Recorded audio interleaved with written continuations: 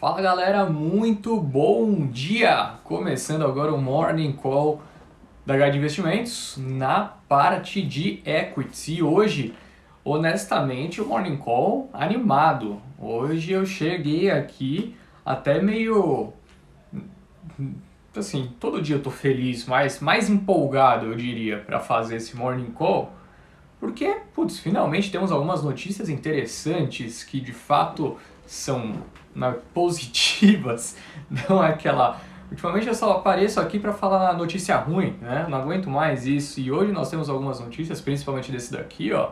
Quem conhece a marca sabe, tá escrito ao contrário, porque a câmera inverte. Mas a notícia do dia é isso daqui. E ó lá, Adri Mello já percebeu que tem uma outra bomba aqui também. Enfim, vou comentar sobre tudo isso agora aqui no nosso Morning Call. Temos de fato algumas coisas importantes para serem debatidas. Vamos começar pelo começo, né? Como fazemos todos os dias, a gente começa falando sobre ontem, né? E o que aconteceu ontem? A bolsa de fato teve, né, uma sessão fraca, perdemos ali os 1.700 pontos, uma queda de 1,5%, principalmente por conta, né, de um cenário internacional mais fraco. Acompanhamos o petróleo em derrocada, perdeu 6%, né, na sessão de ontem, mais uma sessão de queda, né? Já tinha tido ao longo dos últimos dias uma queda também expressiva, mais ou menos nesse patamar, e agora, né, portanto, o petróleo fechou ontem com uma queda de 6%, pressionou empresas daqui, acompanhamos uma queda de todas as companhias do setor, Petrobras, PetroRio, Enalta, 3R, todo mundo em queda. Já tinha falado, né, no começo do dia que tinha sido mais assim, tinha tido uma recuperação até do minério de ferro, mas a tendência ainda era fraca, né? As empresas também não convergiram para uma performance mais sólida.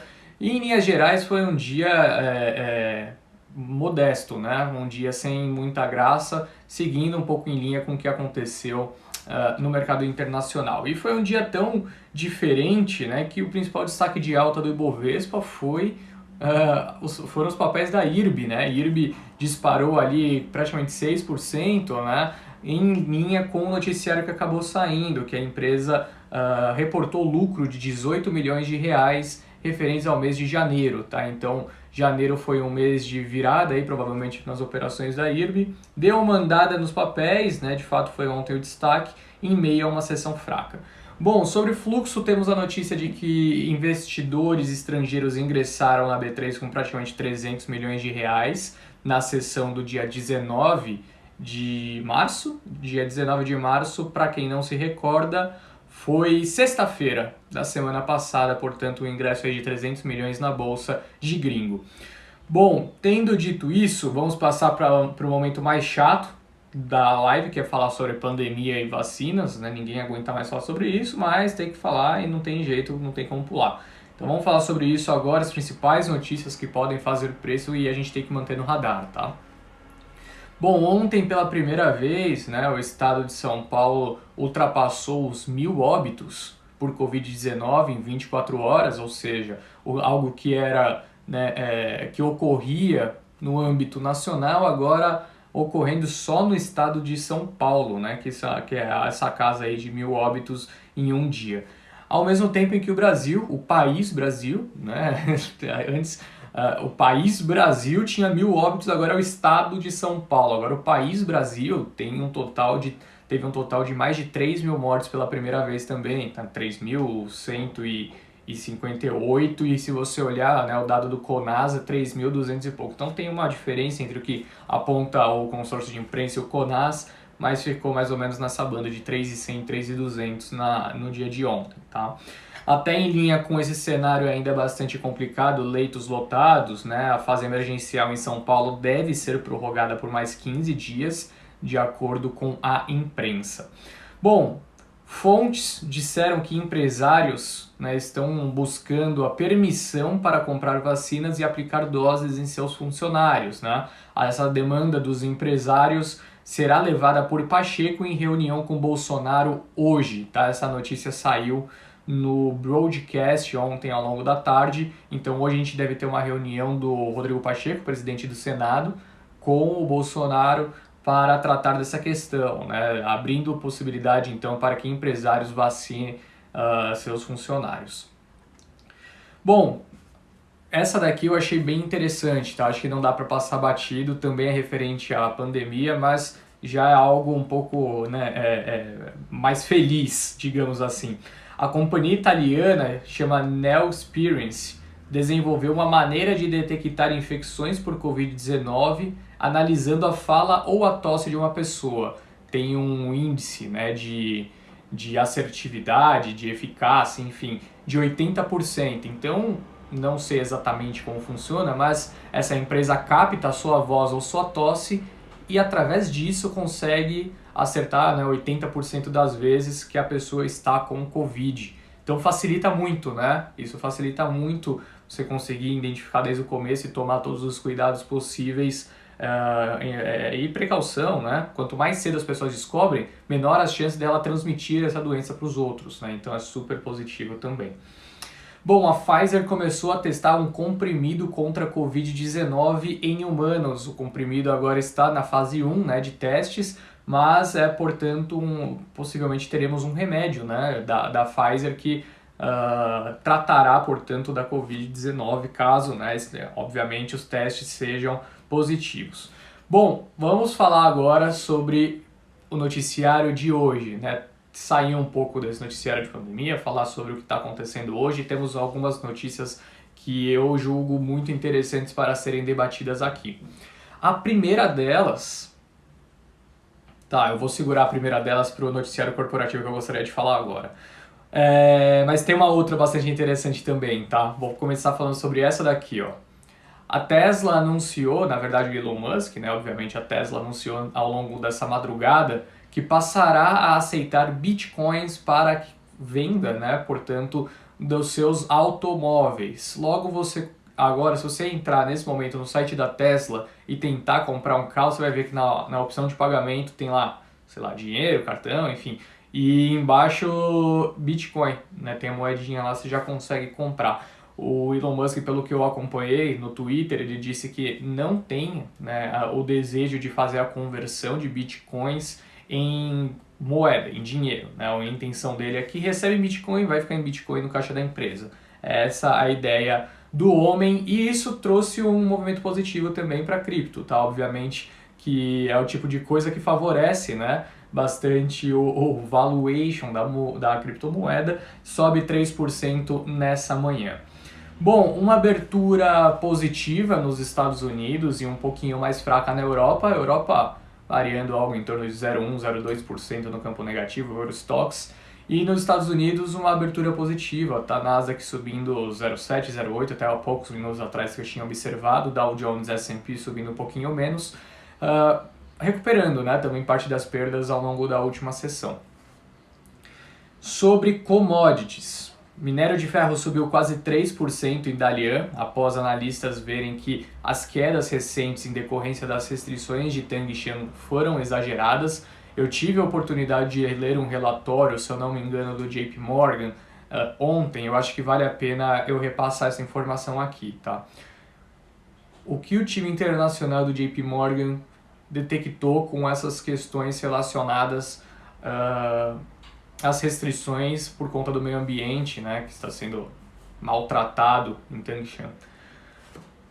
Para quem não se recorda, essa cidade é o principal polo siderúrgico chinês e as questões ambientais por lá, né, climáticas, enfim, a gente está acompanhando até mesmo a qualidade do ar se deteriorando muito pela elevação, né, da produção na região e fica a 100 km, se não me engano, 150 km de Pequim, né, então também tem um impacto indireto numa das principais cidades da China.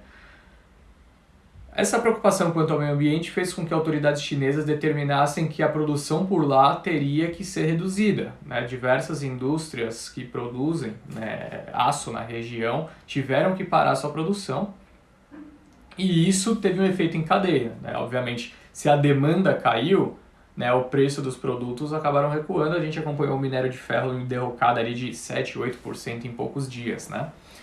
Só que qual que é o negócio, né? Por mais que as restrições perdurem ao longo do ano, há hoje uma capacidade ociosa na China que pode mais do que compensar essa redução na cidade de Tangshan.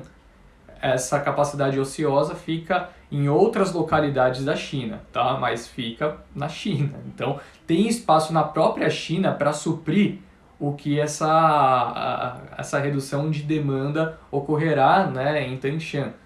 Logo, estruturalmente, o cenário não se alterou.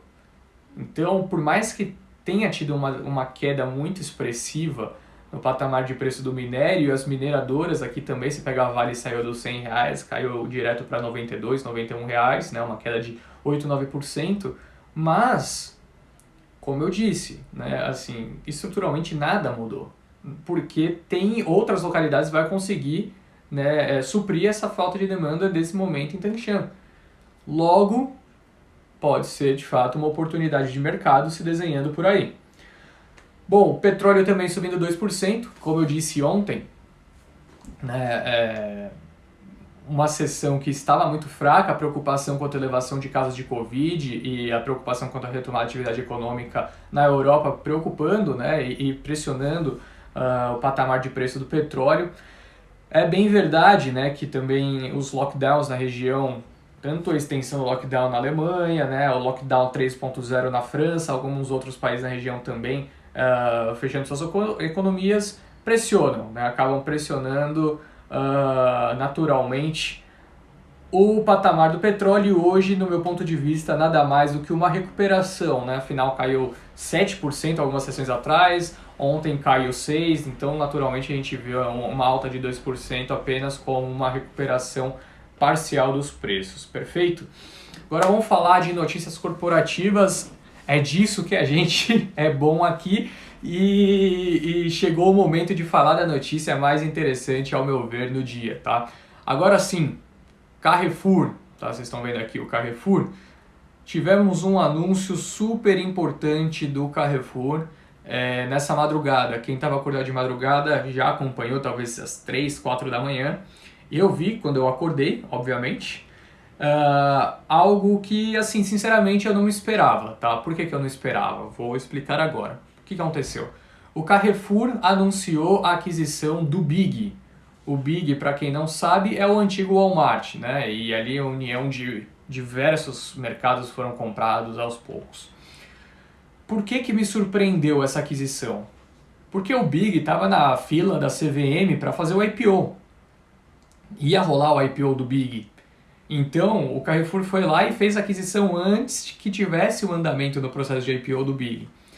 E isso também é muito interessante porque você está vendo, portanto, a união, né, dos negócios entre o maior player do país e o terceiro maior player do país. É uma baita fusão, né? Uma fusão de fato super expressiva que vai acontecer. Para quem não sabe, não é uma fusão, é uma aquisição, né, em termos, como posso dizer, se você, enfim, esqueci a palavra, mas a forma certa de se mencionar esse acontecimento é uma aquisição. Mas quando você estuda, né, o que representa uma fusão e uma aquisição, você vê que em termos práticos, as duas coisas, na verdade, são a mesma. Tá? Então, uma fusão no mercado financeiro é exatamente a mesma coisa que uma aquisição. Né? Por quê? Porque tem troca de ações, tem troca de caixa, mas no fim das contas, é a mesma coisa que acontece entre as empresas quando você tem uma aquisição e quando você tem uma fusão.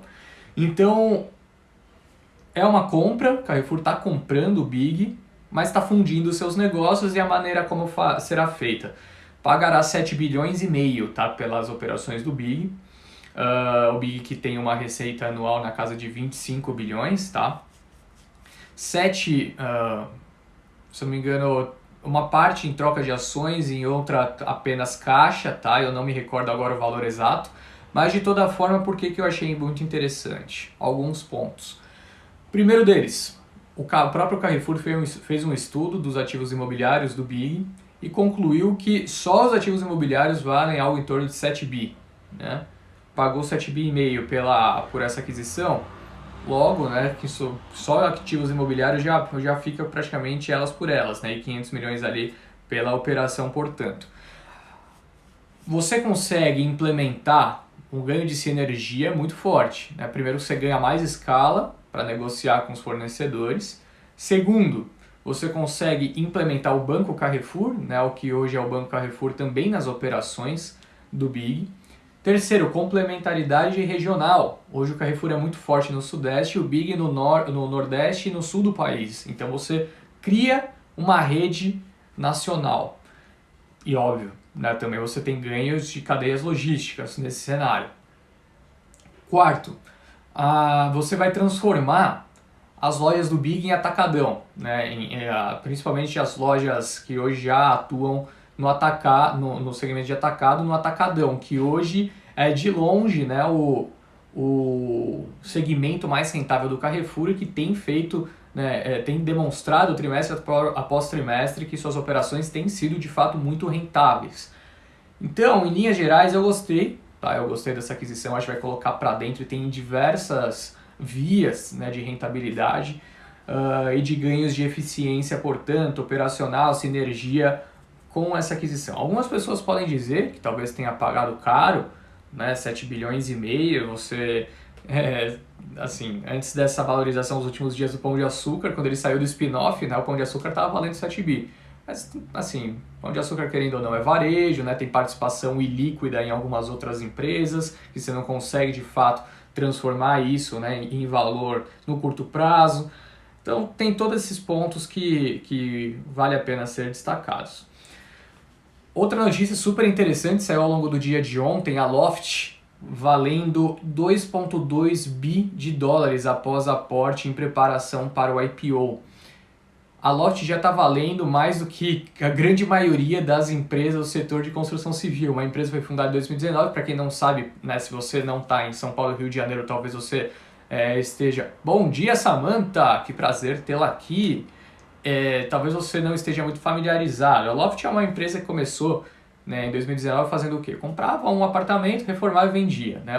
A coisa mais clássica que tem no mundo, mas de fato essa era uma reforma super gourmetizada, né? Você chegava lá já para morar, um baita de um apartamento, tudo reformadinho, bonito.